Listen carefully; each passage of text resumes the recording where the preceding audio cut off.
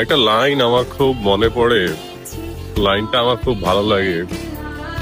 যেহেতু বেঁচে আছি তার মানে ভালো আছি, যেহেতু বেঁচে আছি তার মানে ভালো আছি। কাউকে বুঝতে দেব না আসলে ভেতরে কি চলে। যেমন সৌন্দর্য কখনো বুঝতে দেয়নি তাজমহল বানানোর পেছনে কি আছে। একটা লাইন আমার খুব মনে পড়ে, লাইনটা আমার খুব ভালো লাগে। যেহেতু বেঁচে আছি তার মানে ভালো আছি, যেহেতু বেঁচে আছি তার মানে ভালো আছি। কাউকে বুঝতে দেব না আসলে ভেতরে কি চলে। যেমন সৌন্দর্য কখনো বুঝতে দেয়নি তাজমহল বানানোর পেছনে কি আছে।